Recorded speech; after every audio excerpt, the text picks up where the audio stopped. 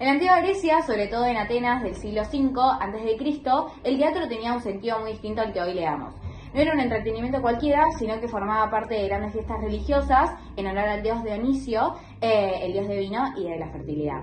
Estas fiestas se llamaban Dionisias y duraban varios días. En ellas, los ciudadanos asistían a representaciones teatrales como una forma de rendir culto a Dios.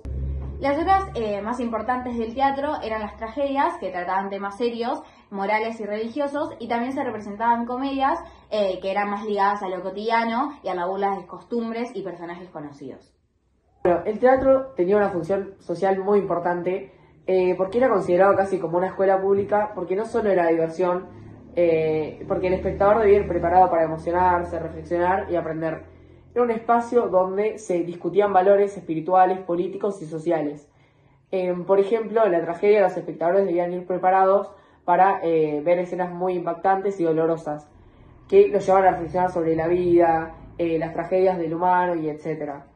En la comedia, en cambio, por ejemplo, se podían reír de sus tragedias propias o de los problemas de la política en su tiempo. Bueno, la participación del Estado era muy importante en el teatro, ya que financiaba y organizaba los festivales.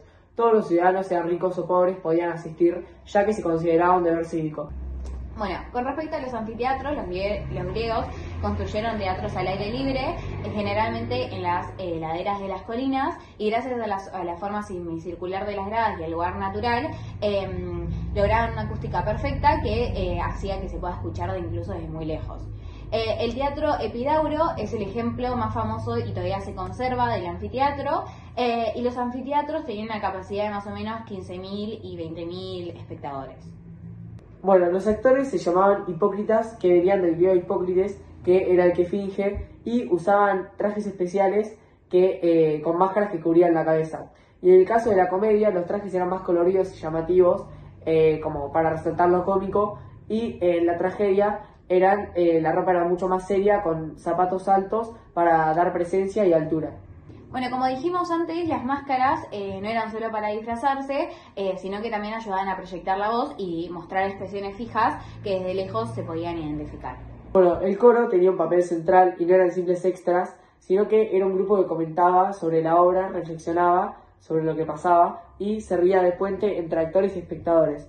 A veces cantaban, bailaban o recitaban, y además ayudaban al público a que pudieran entender lo que ocurría como si fueran narradores colectivos. Bueno, con respecto a la escenografía y a los recursos, era muy simple lo que ellos utilizaban. Eran elementos básicos como puertas, rampas o salidas laterales para indicar cambios de lugar.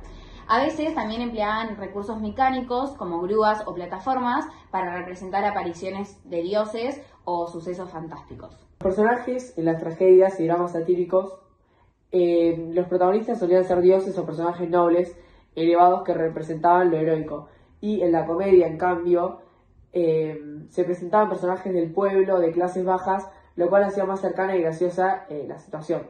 Y los actores podían interpretar muchos personajes cambiándose de máscaras en una misma obra o de vestuario también. Bueno, como dijimos antes, el teatro nació ligado a los rituales religiosos en honor al dios Dionisio, que era el dios del vino y de la fertilidad. Los griegos eran politeístas, lo que significa que creían en muchos dioses, y al principio estas obras teatrales no eran como las de hoy, sino que eran cantos corales llamados ditirambos, donde se usaban disfraces de sátiros, que mitad hombre y mitad cabra, y se bailaba en honor a Dios. Poco a poco estos cantos fueron incluyendo diálogos y narraciones hasta que aparecieron los primeros actores. Y así surgieron tramas como la tragedia y la comedia. Bueno, la tragedia era considerada más elevada, ya que trataba sobre héroes, dioses y destinos trágicos, porque mostraba conflictos universales como el dolor, la justicia o la venganza. En cambio, la comedia se centraba más en personajes comunes y en ridiculizar costumbres, políticos o ciudadanos conocidos.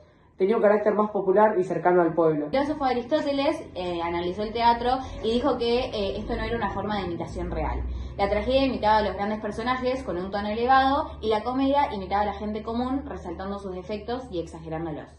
Bueno, la función dentro de la obra es que comentaban la acción, reflexionaban y representaban la voz del pueblo. Y la función hacia el pueblo es que ayudaban a los espectadores a entender la obra y se involucraran emocionalmente.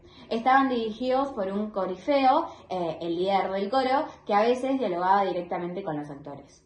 Bueno, hubo una gran evolución dentro del coro, ya que al principio era esencial en la tragedia y porque marcaba el ritmo y la interpretación, pero con el tiempo su importancia fue disminuyendo hasta casi desaparecer en las obras de Eurípides. Bueno, en cambio, los anfiteatros hoy en día, por ejemplo el Martín Fierro de acá de Tandil, tiene una capacidad de 5.000 personas, fue inaugurado en 1963 y también es un teatro a cielo abierto, lo que aprovecha la geografía natural para una buena acústica y visibilidad, y tiene un escenario grande y gradas naturales, y la ladera del cerro sirve como parte de la estructura visual y espectacular del escenario.